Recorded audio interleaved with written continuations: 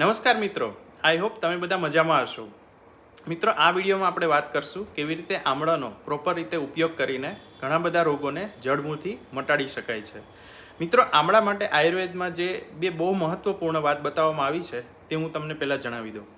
પહેલી વાત એ કે આમળાને સર્વદોષજ્ઞ કીધું છે. સર્વદોષજ્ઞનો મતલબ શું થયો કે આમળા આપણા શરીરની અંદર વાયુ, પિત્ત અને કફ એ ત્રણેય દોષોને બેલેન્સમાં રાખવાનું કામ કરે છે, જો એને પ્રોપર રીતે યુઝ કરવામાં આવે તો. બીજી વાત એ છે કે આમળા જે છે એ વયસ્થાપનાનામ શ્રેષ્ઠમ કીધું છે. એનો મતલબ શું થયો કે આમળામાં એટલી બધી એન્ટી એજિંગ પ્રોપર્ટીઝ છે કે જેનાથી તમારા શરીરમાં ઉંમરને કારણે થતા જેટલા પણ રોગો છે એને આમળાનો જો પ્રોપર રીતે યુઝ કરવામાં આવે તો એ રોગોને અટકાવી પણ શકાય છે અને મટાડી પણ શકાય છે.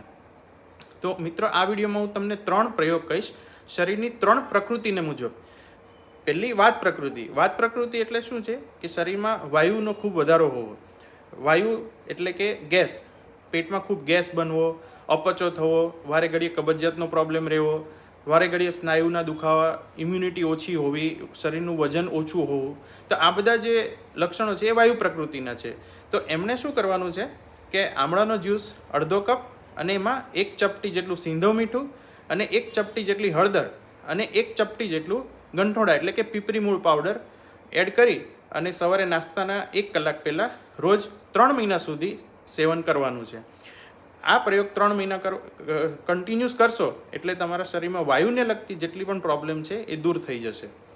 બીજો જે પ્રયોગ છે એ પિત્ત પ્રકૃતિવાળા માટે છે. પિત્ત પ્રકૃતિવાળા માટે મીન શું હોય પિત્ત પ્રકૃતિવાળાને કે એસિડિટીનો પ્રોબ્લેમ, શરીરની પેટની ગરમી જે છે એ શરીરમાં ફેલાતી હોય એટલે આંખોમાં બળતરા થવી, પગના તળિયામાં બળતરા થવી, પછી સ્ત્રીઓમાં ઘણી વખત શું થાય કે માસિક ખૂબ વધારે આવે, બ્લીડિંગ ખૂબ વધારે રહે, ઘણા દિવસો સુધી ચાલુ રહે.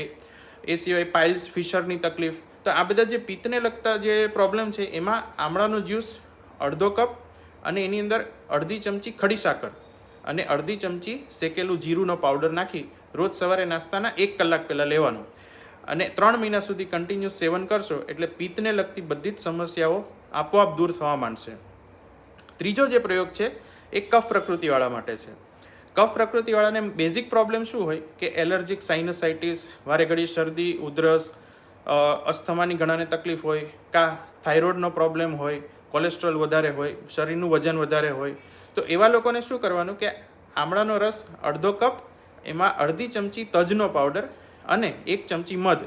ડાયાબિટીસ હોય તો મધની જગ્યાએ પછી હળદર નાખી દેવાની, અડધી ચમચી જેટલી હળદર નાખવાની. આ પ્રયોગ તમે 3 મહિના કન્ટિન્યુઅસ કરો એટલે કફને લગતા પણ ઘણા બધા રોગો દૂર થઈ જશે. હવે આ પ્રયોગ કોને ન કરવો? તો જેમને આખા શરીરમાં ખૂબ સોજા છે, આખું શરીર સોજાથી ફૂલેલું છે, એમને આ પ્રયોગ ના કરવા. બાકી બધા જ માણસો, કોઈ પણ રોગી આ પ્રયોગ, મેં જે તમને 3 પ્રયોગ બતાવ્યા, તમારી શરીરની પ્રકૃતિને અનુરૂપ જે તમને સૂટ થતા હોય એ તમે અજમાવી શકો છો. 3 મહિના સુધી કન્ટિન્યુઅસ કરશો તો ડેફિનેટલી એનું રિઝલ્ટ મળશે જ. તો મિત્રો, આ વિડીયોમાં આટલું જ. તમારો ખૂબ ખૂબ આભાર.